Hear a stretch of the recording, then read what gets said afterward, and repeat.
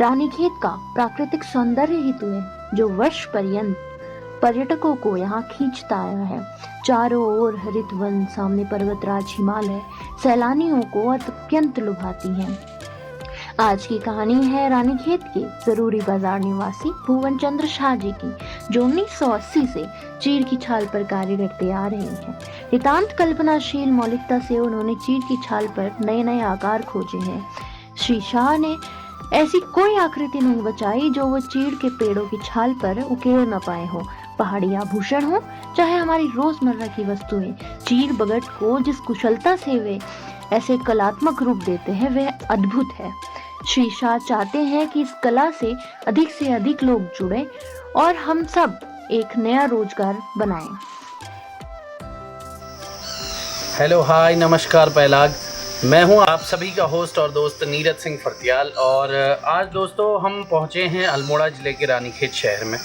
और रानीखेत शहर में आज हमारा पहुंचने का कारण ये है कि यहाँ पर हम एक ऐसे व्यक्तित्व से मिले, एक ऐसे शख्सियत से मिले कि जो लगातार पिछले 40 वर्षों से हमारी जो पहाड़ की संस्कृति है, पहाड़ की जो कला है, उसे कहीं ना कहीं अपने नज़रिए से एक ख़ास तौर से उसे लोगों के सामने, दुनिया के सामने लाने की कोशिश कर रहे हैं।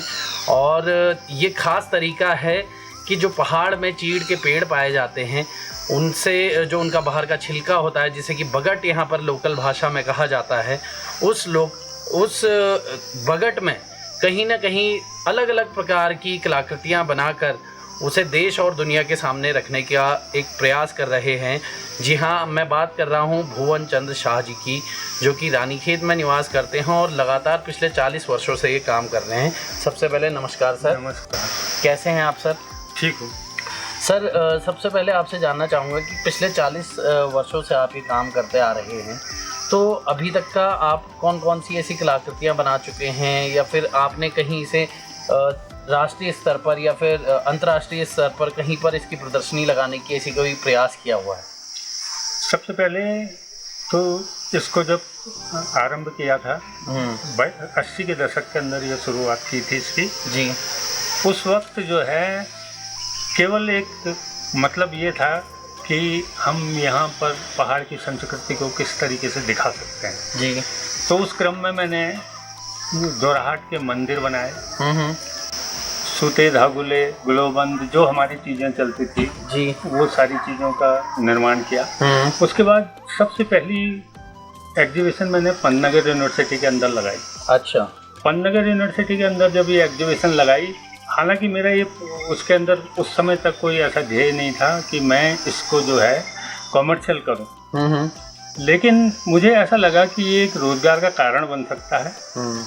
तो रोज़गार अगर हम पैदा करते हैं, 80 के दशक से लेकर 90 के दशक तक मैंने इसको किसी तरीके की कोई एग्जीबिशन नहीं लगाई, केवल इस पर कार्य किया।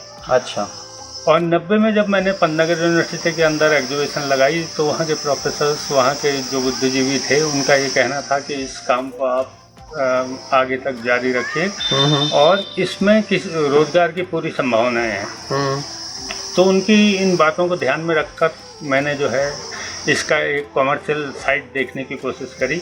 अच्छा। हालांकि वो मेरे से बहुत अच्छा तालमेल उस कॉमर्शियल साइट का नहीं हो पा रहा था, क्योंकि मैं उस लगन में था नहीं। मैं इसकी एक खोज में निरंतर जुटा रहा कि इसको और कितना उपयोगी बनाया जा सकता है जी। इसी क्रम में फिर सन 90 में मैंने नॉट फॉर सेल एक एग्जीबिशन बेंगलोर के अंदर लगाई जी। बेंगलोर के अंदर जब ये एग्जीबिशन लगाई गई तो उस समय दोराहाट के मंदिरों को देख के लोगों ने काफ़ी अप्रिशिएट किया उन मंदिरों को। और वो पूरा एक ग्रुप टेम्पल बना हुआ था।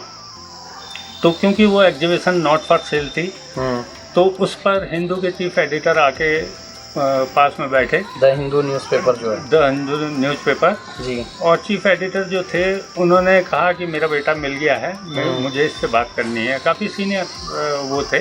तो उस समय उम्र कितनी रही होगी सर आप? तो मैं, ये 90 की बात है, अब 2022, मतलब आप ये लगा लीजिए कोई आज से लगभग 32 साल। हाँ, 32 साल पहले। तो वो जो है उन्होंने काफ़ी इसके बारे में जानकारी ली और भोजपत्र वगैरह आदि चीज़ों के बारे में पूछा उन्होंने।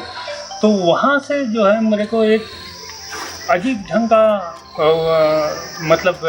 वो हुआ जी कि मैंने देखा कि लोगों की कितनी इसके प्रति आकर्षण है और कितना लोग चाह रहे हैं। यहाँ तक कि लोग कमर्शियल साइट से मेरे से कहने लगे कि आप होटल आइए, होटल में बात करिए। उस समय क्या था कि एक कैंडल स्टैंड जा रहा था यूएस, तो उस कैंडल स्टैंड के सेंटर के अंदर एक स्टार बनना था। तो वो बहुत प्रेशर देने लगे कि आप एडवांस ले जाइए। मैंने कहा मेरे को पैसों से कोई ज़्यादा मतलब नहीं है, मेरे को इसका एडवांस वगैरह की ज़रूरत नहीं है। मैं क्योंकि तैयार नहीं हूँ, इसलिए मैं आपसे कोई किसी तरीके का कमिटमेंट नहीं कर सकता हूँ। अच्छा शाह जी, एक चीज़ मैं इसमें जानना चाहूँगा कि आपने जैसे बताया कि 20 साल तक आपने इसे नॉन कमर्शलाइज करके रखा था। तो उस दौरान आपके निजी जीवन में जो आपके खर्चे वगैरह चलते थे, वो अपने निजी जीवन के बारे में भी थोड़ा सा बताइए, और कार्य क्या क्या करते थे आप? ऐसा है कि मैं 17.5 साल की एज में जी आर्मी में चले गया था। अच्छा। और तब से लेके आज 70-71 साल की एज तक मैं कभी भी खाली नहीं रहा। अच्छा। एक दिन भी 1 घंटे भी खाली रहने का वो नहीं रहा। क्या बात। मैं इवन जब डिस्चार्ज होकर आया था तो मैं सीधे घर नहीं आया था। मुझे वो रात अभी तक याद आती है, जब मैं दिल्ली रुका था तो 1:30 बजे रात तक मैंने 2 टेप रिकॉर्डर तैयार किए थे। अच्छा। क्योंकि मेरा बैकग्राउंड इलेक्ट्रॉनिक्स से था।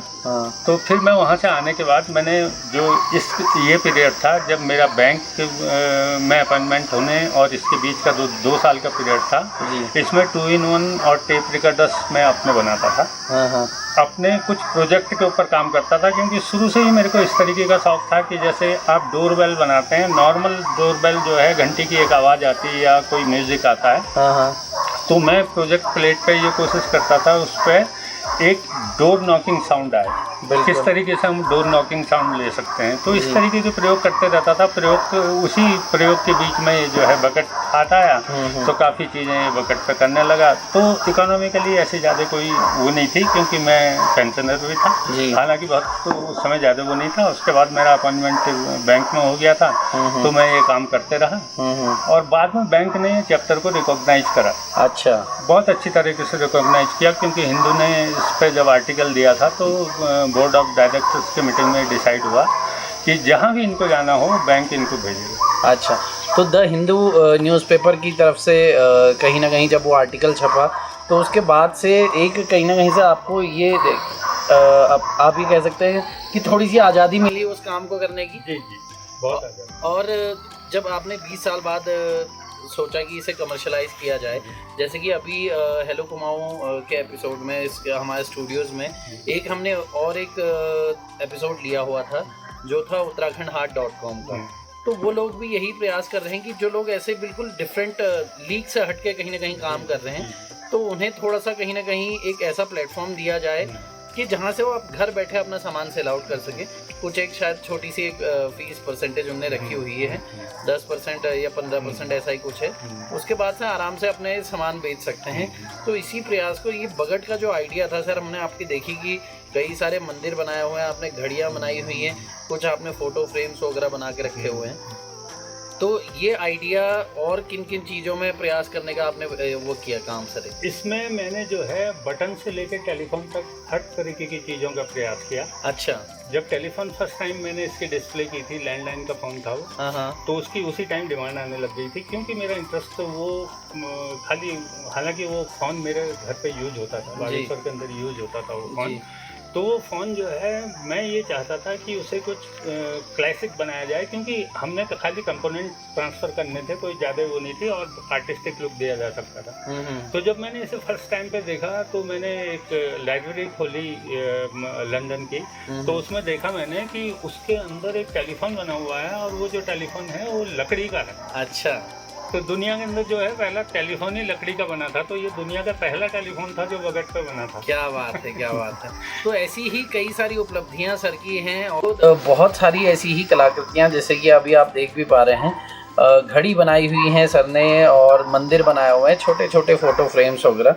इन्हें सर सेल आउट करने के लिए अभी क्या सेल आउट करते हैं आप इन्हें? ये क्योंकि ये काम बहुत लिमिटेड तरीके से करते हैं। जो हमारा पर्पस था इसमें, जो मेन कारण था वो लोगों को इससे रोजगार मिले, न कि मुझे इस पर रोजगार करना था। जी जी जी जी। क्यों? तो लोगों को रोजगार मिलने की अवधारणा में मैंने सबसे पहले क्या किया कि मैं बागेश्वर था तो वहाँ हमारा कैंटीन बॉय था। मुझे याद है कि वो कैंटीन बॉय चाय वगैरह बनाता था, तो उस पीरियड पे उससे करीब 500 रुपये मिलते थे। और आपको जान के आश्चर्य होगा कि मैं केवल उसे 4 संडे घर रहने के 1000 रुपये देता था। क्या उस पीरियड पे, क्या बात। उसे मैंने केवल इतनी ट्रेनिंग दी थी कि तुम ठीके की कटिंग कैसे करोगे। मेरा मेन मकसद ये था कि हम उन लोगों के लिए काम नहीं कर रहे थे जो अच्छी नौकरी पे बाहर बैठे हुए हैं, अच्छा काम कर रहे हैं। हमें सिर्फ उन लोगों को रोकना था जो बेचारे यहाँ से जाके होटलों का काम करते हैं, छोटा छोटा काम करते हैं और अपनी ज़िंदगी, अपना परिवेश सब छोड़ देते हैं। तो हमारा इसके ऊपर ये था कि बकरी भी चरा रहा, गाय भी चरा रहा, उसके साथ जब घर आए तो घर में 10 चाबी के छल्ले, 20 चाबी के छल्ले बना के जंगल से घर आए। तो घर आएगा तो वो किसी एक मेले के अंदर अगर उसको डिस्प्ले करेगा, वहाँ बेचेगा, तो उसको इसकी आवश्यकता नहीं पड़ेगी कि वो जो है अपने मेले के खर्चा घर वालों से मांगे। बिल्कुल बिल्कुल। और हम देख रहे हैं इस वक्त उत्तराखंड में कई लोग हैं जो इन चीज़ों पे काम कर रहे हैं। जैसे मैंने आपका देखा कि एक आपने बहुत ही बढ़िया बगट और ठीटे का कॉम्बिनेशन से आपने एक घड़ी बना के रखी हुई थी। तो ऐसे ही कई लोग काम करते आ रहे हैं। हमारे पुराने एपिसोड्स में भी एक हमने चैनिका बिष्ट शाह जी का एक एपिसोड लिया था, तो उन्होंने भी ठीटे के उससे इयररिंग्स वगैरह बनाने की कोशिश की थी। मंजू शाह जी का एक हमने एपिसोड लिया था, तो उनने भी कई बेहतरीन काम कर रहे हैं, वो इस पिरूल पे काफ़ी काम कर रहे हैं।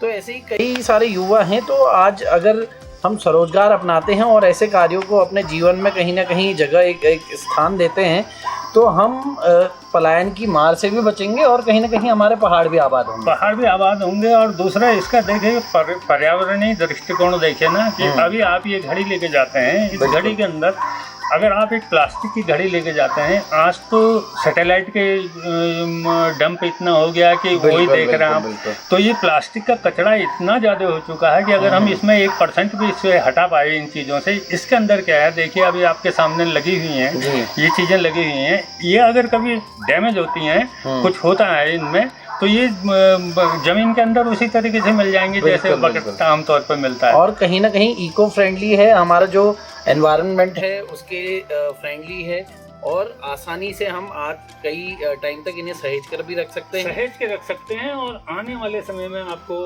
हमारा एक इस पर काम है, हालांकि वो बहुत ऑथेंटिक वे में अभी आपसे इसकी चर्चा नहीं कर सकता हूँ। ये एक मेडिसिनल प्लांट है। अच्छा। चीड़ का अगर आप पिरूल को चबाएंगे तो विटामिन सी है, अगर आप इसके बगट को चबाएंगे तो विटामिन डी है। ये करीब करीब इसकी 150 से ज़्यादा प्रजातियां हैं चीड़ की। इसके ऊपर 15 से 24 में मैंने एक प्रयोग किया इसके ऊपर जब अपने घर में, तो मैं बहुत चौंका जब वो प्रयोग करने के बाद। ऐसा था कि वो एक एस्ट्रॉइड की तरह काम करता था। उसका एक लिक्विड बनाया था, उसकी क्या बोलते ना, जब लिक्विड को यूज करते थे तो आपको ऐसा लगता था कि बहुत ज़्यादा एनर्जेटिक होगा। तो बाद में जब मैंने ये इसको गूगल में सर्च किया तो पता चला कि 1524 के अंदर फ्रांस के अंदर एक इसी तरीके का प्रयोग हुआ था। अच्छा। और आज भी पाइन की हमारा दुर्भाग्य है कि हम मतलब इनकी डीप चीज़ों को जानते नहीं हैं। अब हम इसके ऊपर अगर कोई प्रयोग करें, आज के दिन देखिए सबसे ज़्यादा एंटीऑक्सीडेंट टी जो है ये पिरूल की होती है। ग्रीन पिरूल की चाय जो है बनाई जाती है और विदेशों में आराम से यूज होती है। जी। तो उस फील्ड पे जाके हम अगर काम करें, इसकी उपयोगिता बढ़ाएं। ठीक है, उसका प्लांटेशन अगर आपको डिस्टर्ब करता है, चौड़ी पत्ती का प्लांटेशन आप उसको रिप्लेस करना चाहते हैं तो करिए, लेकिन क्या आप कर रहे हैं वास्तव में ऐसा? सही बात। या खाली जंगलों को खाली कर रहे हैं, पहली बात। दूसरी चीज, अगर पहले अंग्रेजों के टाइम पे क्या होता था इस फॉरेस्ट के अंदर, जैसे उन्होंने इस काफी चीड़ हो गया तो उसमें 2-3 पेड़ बचाते थे और उसको डिफॉरेस्ट कर देते थे, हटा देते थे पेड़ों को, क्योंकि चीड़ का जो सर्वाइवल है वो 95% है। ये जो है फिर उग जाएगा और काफी प्लांट, तो उसके बीच में जो और पेड़ हैं और पेड़ पौधे वो उग जाते थे, कहीं ना कहीं कर दिया जाता था, वो सारे के सारे प्लांट हो जाते थे। आज हमारे वहाँ देखिए सारी चीजें होते हुए हमारा दुर्भाग्य देखिए कि हम कभी भी उस पर गंभीरता से उसका अध्ययन नहीं कर पाते हैं। और ऐसी ही कई शुरुआत हम देखते आए हैं कि सर पहले भी हुई है। और जैसे कि बीच में हमने देखा था कि उत्तराखंड सरकार का एक ऐसा प्रपोजल भी आया था जिसमें चीड़ की पत्तियों से बिजली उत्पादन का कहीं ना कहीं इन्होंने काम के बारे में जिक्र किया था। और साथ ही जिक्र किया था कि जो चीड़ के पत्ते हैं उनसे कहीं ना कहीं कोयला भी निर्मित किया जा सकता है। और कई लोगों ने इसमें बढ़ चढ़ कर हिस्सा भी लिया, आगे भी आए कई लोग, लेकिन अंततः वही है ढाक के तीन पात इसलिए हो जाता है। इसका कारण क्या है कि मैं आपको बताऊं कि ये चीज़ों का जब तक विशेषज्ञ इन जगहों पर नहीं बैठाए जाएंगे। जी। अगर आप किसी क्या बोलते हैं ना ड्रग फैक्ट्री के अंदर का जो डायरेक्टर होगा उसको या जो आपके पॉलिटिकल आदमी उसके अंदर इन्वॉल्व होंगे, उनमें आपको विशेषज्ञ ये रखने पड़ेंगे। बिल्कुल। क्योंकि अभी होता ये है कि जिनको उस चीज़ के बारे में किसी चीज़ के बारे में पता है नहीं, वो लोग ये सब कर रहे हैं। अभी आप देखिए कि ये रिसर्च इस तरीके की रिसर्च है कि रवाणी के अंदर, मेरे को अभी तक याद है बागेश्वर के अंदर, रवाणी के अंदर जब मैं 87 के अंदर गया था, वो आप अगर उसका एयरव्यू लेंगे तो पूरे संतरे का जो है एयरव्यू, और इतने बेहतरीन संतरे वहाँ हुआ करते थे रवाणी में। आज की डेट पे देखिए खाली वहाँ कुछ प्रयोग हुए नए तरीके के और वो सारा डैमेज हो गया। तो दोस्तों, प्रतिभावान सीरीज़ का एक खास एपिसोड आपको कैसा लगा हमें बताइएगा कमेंट बॉक्स में अपने कमेंट्स द्वारा। हम आपके जो कमेंट्स हैं उन्हें रेगुलर पढ़ते रहते हैं और उन पर अपनी प्रतिक्रिया भी देते रहते हैं। फ़िलहाल के लिए मुझे दीजिए इजाज़त, सर से भी इजाज़त लेने का समय हो चुका है। नमस्कार सर। भाई साहब को तो बहुत शुरू से जानते हैं क्योंकि पड़ोसी भी हैं, और पहले भाई साहब तो बागेश्वर रहते थे, बाहर रहते थे, तो इनके फादर अक्सर इधर आया करते थे खेत वेत में, तो उनसे हमें काफ़ी फल मिलते थे कुछ ना कुछ, और कुछ लोग कभी छोड़ देते थे तो डांट भी खाते थे। वो बहुत मेहनती आदमी थे, बहुत मेहनती पापा भी इनके। तो वो पूरे जो नीचे इनका एरिया है पूरा उन्होंने बहुत ज़बरदस्त डेवलप कर रखा था, मतलब प्लांट्स इतने लगाते, पेड़ पौधे, फल के पौधे तो बहुत थे उस टाइम पे भी काफ़ी। और उसके बाद फिर जब भाई साहब बैंक में रानीखेत आए तो भाई साहब से परिचय हुआ, तो जब पता चला इस फील्ड से जुड़े हुए हैं, ये बकेट एक नई चीज़, हमने तो नई चीज़ देखी थी जब पहली बार देखा, सोच भी नहीं सकते थे कि बकेट का भी कुछ चीज़ होता है, ऐसा बनता होगा। तो भाई साहब से मिले तो इनके कुछ प्रोडक्ट जो उन्होंने बनाए हुए थे देखे, तो उसके बाद काफ़ी बार हम लोगों ने प्रदर्शन एग्जीबिशन जब भाई साहब लगाते थे प्रदर्शनी, उसमें उनके साथ रहे। प्लस हमारे स्कूल में आर्मी पब्लिक स्कूल रानीखेत में भी भाई साहब ने 2 दिन बच्चों की कार्यशाला चलाई थी, बच्चों काफ़ी कुछ सीखा था बच्चों ने उसमें, तो बहुत अच्छा रहा था वो भी एक्सपीरियंस। कुछ लोग इससे अपना रोजगार भी कर सकते हैं, और मतलब एक हमारे ही प्रदेश के यहाँ का नाम भी हो सकता है, क्योंकि ये चीज़ यहाँ होती है हमारे शहर के लिए, प्रदेश के लिए, देश के लिए, मतलब एक अच्छी चीज़ है जिसमें कुछ ना कुछ बच्चे उससे अगर सीखें और इसको और आगे बढ़ाएं।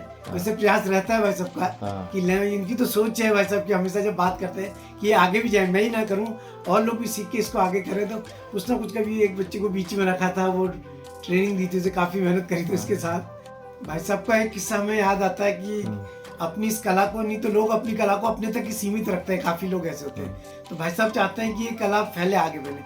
तो इन्होंने कोई लड़का है उसको लेके, उसको लगा कि उस पर इंटरेस्ट है इस चीज़ का, वो भी आगे कर सकता है, तो उसको लेके काफ़ी उसको ट्रेन किया भाई साहब ने, और वो अब काम कर रहा है इस फील्ड पर अच्छा। तो एक मतलब बड़ा अच्छा लगता है जी, रोजगार से जुड़े, जी रोजगार से।